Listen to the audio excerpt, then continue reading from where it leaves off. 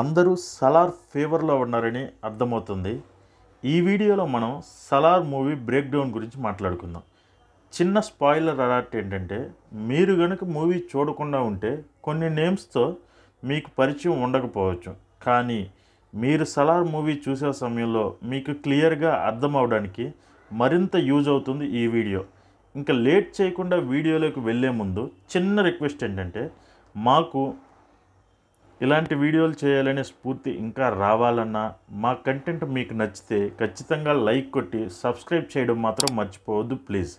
ఇంకా సలార్ స్టోరీలోకి వెళ్తే 1127వ సంవత్సరంలో కాన్సార్లో 3 పెద్ద తెగలు ఉండేవి. అందులో ఒకటి మన్నార్ తెగ, 2 సౌర్యాంక్ తెగ, 3 గిరియార్ తెగ. సో వీటి గురించి క్లియర్గా చెప్పాలంటే, మన్నార్ తెగతో పోల్చుకుంటే సౌర్యాంక్ తెగ చాలా బలమైనది, చాలా ధైర్యవంతమైనది. గిరియార్ తెగ ఏంటంటే, ఇది అసమానతలు ఐకమత్యం పెద్దగా లేకుండా ఉండే తెగే ఇది. బట్ వీళ్ళందరూ కలిసి ఒక నిర్ణయం వచ్చారంటే, సౌర్యాంక్ తెగ సపోర్ట్తో మన్నార్ తెగ చెందిన శివమన్నార్ని వీళ్ళు పెద్దగా నియమించుకున్నారు.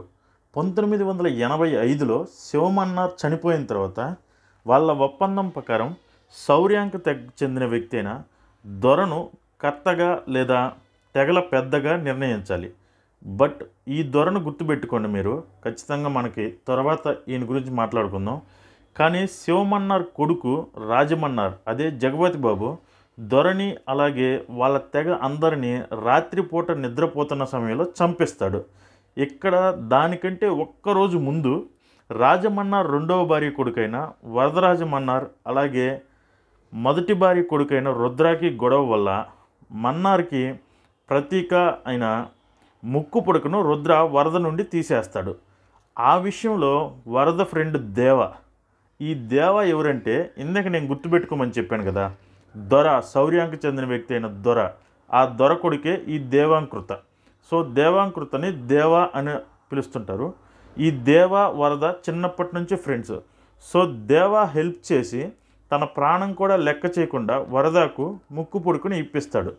ఆ రోజు రాత్రి రాజమన్నార్ సౌర్యాంకులను చంపించడానికి పంపించాడని చెప్పాను కదా, ఆ టైంలో కొంతమంది వాళ్ళను అండర్ ట్యాంక్స్లో దాచిపెడతారు. అలాగే దొర కొడుకైన దేవాంకృతను అలియాస్ దేవాని వాళ్ళ అమ్మను వరదరాజమన్నార్ తప్పించి బయటకు పంపిస్తాడు. ఇది అసలు మెయిన్ కాన్సార్ కథ.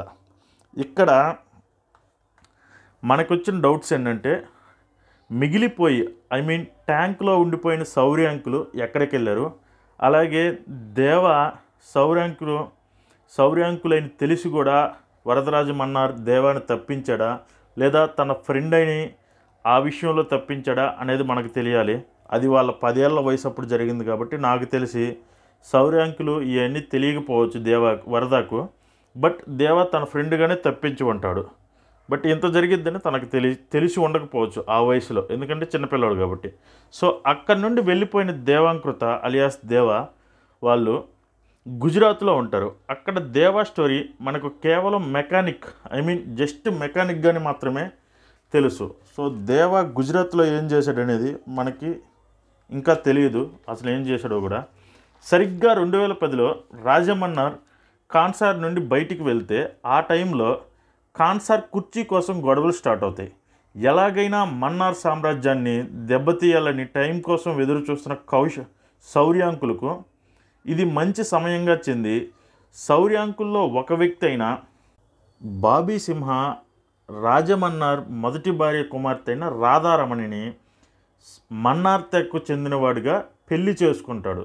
సో అదును కోసం చూస్తున్న సౌర్యాంకుల తెగకు చెందిన బాబీ సింహ ఇదే అదునుగా చూసుకొని కుర్చీ కోసం గొడవలు స్టార్ట్ చేయడం చేస్తాడు.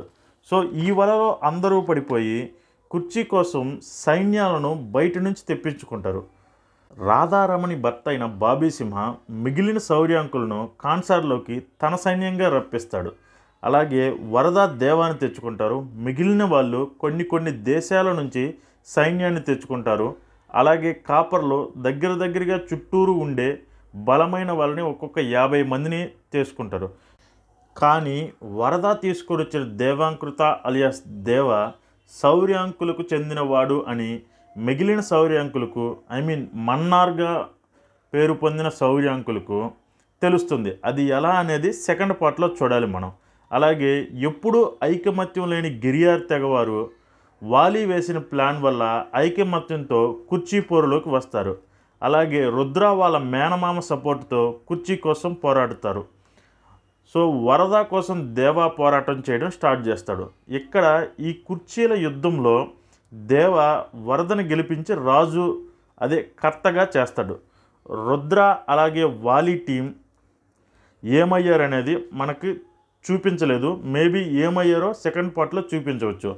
రాధారమణి తన పని మనిషి అయిన ఓబులమ్మ హైదరాబాదులో చాలా వెల్ సెటిల్డ్గా ఉంటారు. రాజమన్నార్ ఏమయ్యాడో తెలియదు. మేబీ చచ్చిపోయి ఉండొచ్చు. అది యుద్ధంలోనా లేకపోతే ఆరోగ్యం బాగలేక అనేది మనం చూడాలి. చివరగా దేవాకు వరదకు ఎందుకు గొడవ అయిందో తెలియాలి. అలాగే మనకు 2010 నుంచి 2017 మధ్య కాన్సార్లో జరిగిన పరిస్థితుల గురించి కొంత తెలిసాయి. మేబీ అది 10% అని నేను అనుకుంటున్నాను. పూర్తిగా తెలియాల్సి ఉంది. ప్రశాంత్ నీల్ ఇన్ని క్వశ్చన్స్కి ఆన్సర్గా పెట్టిన పేరే సలార్ శౌర్యాంక పర్వతం. సో చూద్దాం. నేనైతే వెయిట్ చేస్తున్నాను. మీరు ఇలాగే వెయిట్ చేస్తున్నారా లేదా నేనేమైనా పాయింట్స్ మిస్ చేసి ఉంటే మీరు కామెంట్స్ చేయండి. Will meet in next video. Bye. Have a good day to all.